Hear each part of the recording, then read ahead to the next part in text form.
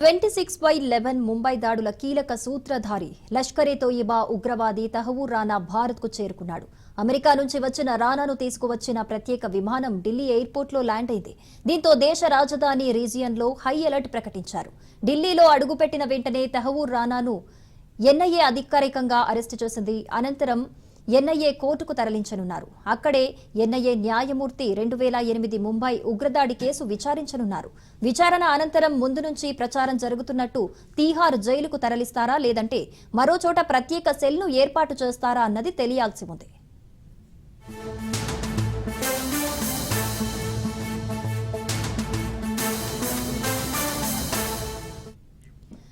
ముంబై ఉగ్రదాడి కుట్రదారులలో ఒక్కడైన తహవూర్ రానాను అమెరికా ప్రభుత్వం భారత్కు అప్పగించింది. తీహార్ జైల్లో అతడిని ఉంచనున్నట్టు ప్రభుత్వ వర్గాలు తెలిపాయి.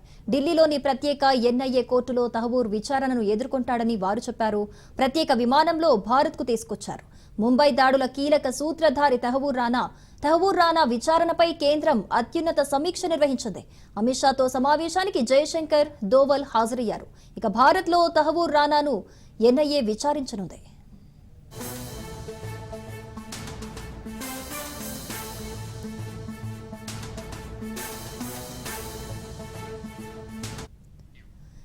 ఇటీవల రానా లాస్ ఏంజల్స్ జైల్లో శిక్ష అనుభవించాడు. అతన్ని తమకు అప్పగించాలని భారత్ కొంతకాలంగా అమెరికాను కోరింది. భారత ప్రభుత్వం చేసిన విజ్ఞప్తికి అమెరికా గతంలోనే సానుకూలంగా స్పందించింది.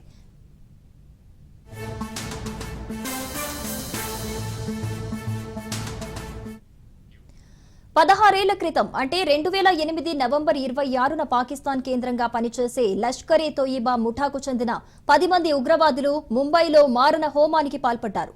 కొబాలా సముద్రం తీరం వెంబడి దక్షిణ ముంబైలోకి ప్రవేశించిన ఈ ముఠా నగరంలో మారణ హోమాన్ని సృష్టించింది.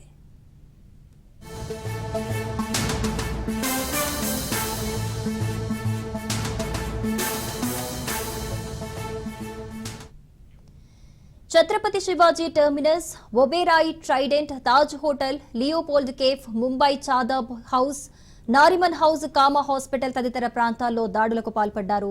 18 మంది భద్రతా సిబ్బంది సహా 166 మందిని పొట్టన పెట్టుకున్నారు.